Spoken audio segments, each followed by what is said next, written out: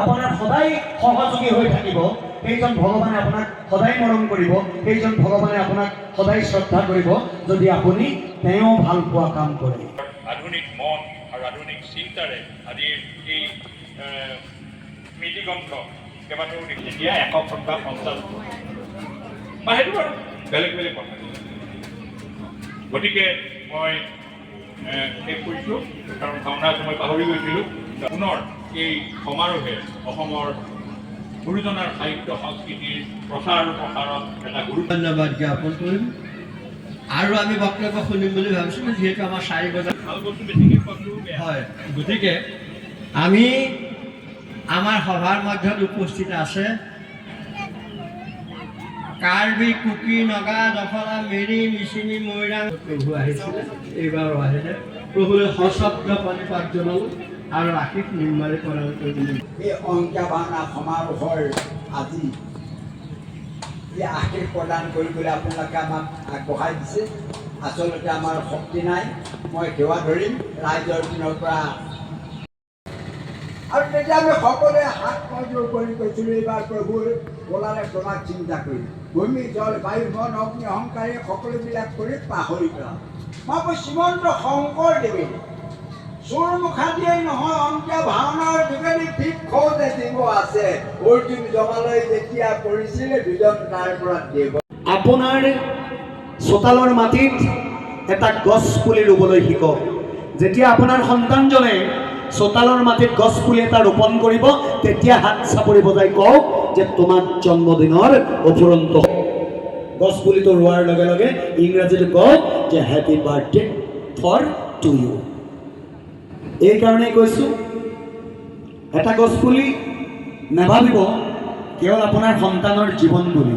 এটা গছ পুলিয়ে দিয়া যেতিয়া ডাঙৰ বটবৃক্ষ এজোপা হৈ পৰিব, সেই বৃক্ষজোপাই দিয়া আমি সদায় কি কৰোঁ, আমি উশাহ লৈ থাকোঁ, আমি জীয়াই থাকোঁ কিয়? এইটো মুদ্ৰাক মুদ থাকিল।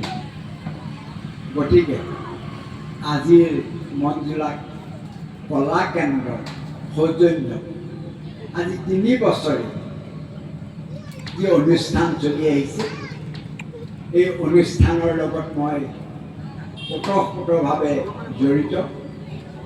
আৰু আজিৰ কৰ্মকৰ্তাসকল, বিশিষ্ট পণ্ডিত মণ্ডলী আৰু যি আমাৰ বক্তাৰে ক্ষোভ ওলাইছে আচলতে ক'ব লগা, আৰু সেইখিনি অমতং মতং বিভূতি অচিতং চিতং বিভূতি যত কৃপা বন্দে পৰম পুৰুষ মাধৱ। আচলতে যোন যথা মাং প্ৰবৈদন্তে তথৈ বজা নহয়, যি যেনেকে চিন্তা কৰে তেনেকেই পায়। এই যে খনীয়া কাপোৰখন দেখিছে, মই 12 বছৰ বয়সতে এখন সত্ৰলৈ গ'লো। মহাপুৰুষ শ্ৰীমন্ত শংকৰদেৱে 1528 চনত স্থাপিত, আৰু সেই 500 বছৰীয়াকৈ পৰম্পৰা বৈষ্ণৱ ধৰ্ম পালন কৰি আহিছে। তেনেকে এটি সজাত ভাতৰটো সোমাই থলে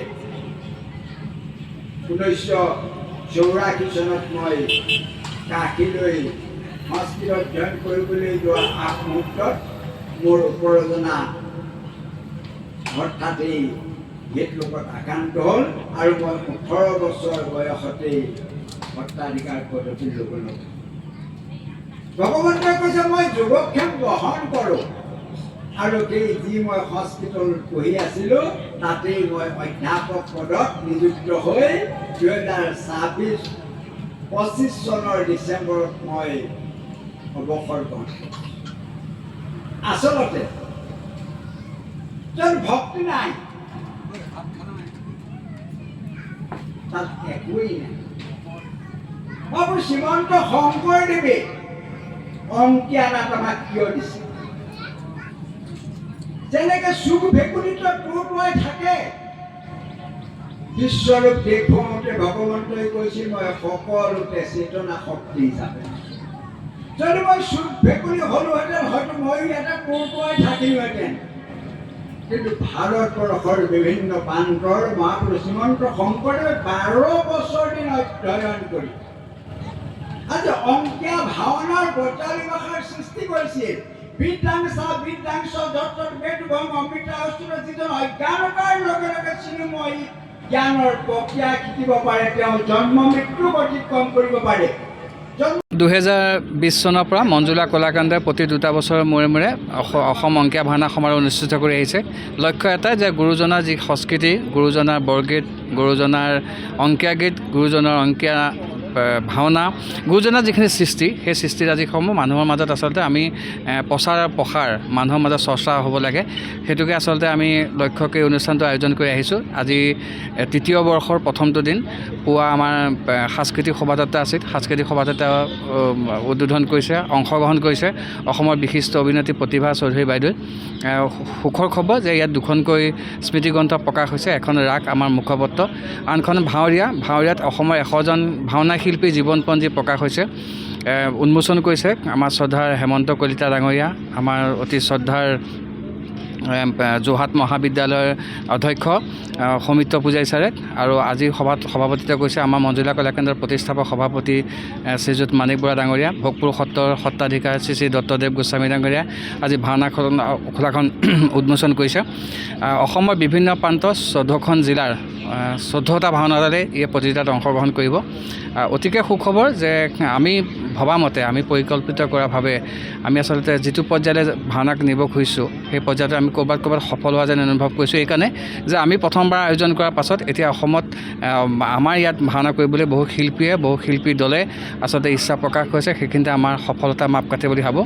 গুৰুজনাৰ যিখিনি সৃষ্টি, গুৰুজনাই আচলতে বৰগীতহে সৃষ্টি কৰিছিল, গুৰুজনাই অংকীয়া ভাওনাহে সৃষ্টি কৰিছিল, আৰু সেই শিপাডালৰ লগতে আচলতে আমি যুঁজি আছোঁ। আৰু এই যুঁজখন এটা কথাৰ কাৰণে মই যুঁজ বুলি ক'লোঁ যে সস্তীয়া জনপ্ৰিয়তা বিচাৰি ফুৰা এটা চামৰ বিপৰীতে আমি আচলতে মূল শিপাডালক লক্ষ্য কৰি কাম কৰিবলৈ সক্ষম হৈছোঁ। মঞ্জুলা কলাকেন্দ্ৰই বহু উদ্যমেৰে, নতুন চিন্তাৰে, নতুন পৰিকল্পনাৰে কাম আৰম্ভ কৰিছে। অসমৰ মহামহিম ৰাজ্যপাল ডাঙৰীয়া ইয়াত অংশগ্ৰহণ কৰা আছে, আৰু অসমৰ বিশিষ্ট আৰু আমাৰ গাঁৱৰ বহুকেইজন ব্যক্তিক আচলতে সদ্ভাৱনা জনাব খুজিছোঁ। আজি এটা গুৰুস্মৰণ অনুষ্ঠান আছিল। আমাৰ এইখন গাঁৱৰে 25জন শিক্ষকক আচলতে আমাৰ আজি শ্ৰদ্ধা জনোৱা হৈছে। গতিকে মঞ্জুলা কলাকেন্দ্ৰৰ অনাগত দিনতো আপোনালোকৰ পৰা আমি ভাল সহায় পাম, আৰু ভাল কাম কৰিবলৈ যাতে আপোনালোকৰ পৰা উৎসাহ প্ৰেৰণা পাওঁ, তাকে আন্তৰিকতা কামনা কৰিছোঁ। ধন্যবাদ। অসমবাসী ৰাইজক জয়জতে আমি শ্ৰদ্ধা নিবেদন কৰিছোঁ, ধন্যবাদ জ্ঞাপন কৰিছোঁ। কেৱল মঞ্জুলা কলাকেন্দ্ৰই পতা অনুষ্ঠান বুলি নহয়, মঞ্জুলা কলাকেন্দ্ৰ আচলতে অসমবাসীৰ আশীৰ্বাদত জন্ম হোৱা এটি অনুষ্ঠান। গতিকে বৰষঙীয়াবাসী ৰাইজৰ এই আশীষ, লগতে অকল বৰষঙীয়াবাসী বুলিয়ে ক'বলৈ নাযাওঁ, যোৰহাটকে প্ৰমুখ্য কৰি অসমৰ বিভিন্ন প্ৰান্তৰ ৰাইজৰ যি মৰম, যি স্নেহ, যি শ্ৰদ্ধা, এই সকলোকে আমি পৰম শ্ৰদ্ধাৰে আন্তৰিকতাৰে অভিনন্দন জ্ঞাপন কৰিছোঁ।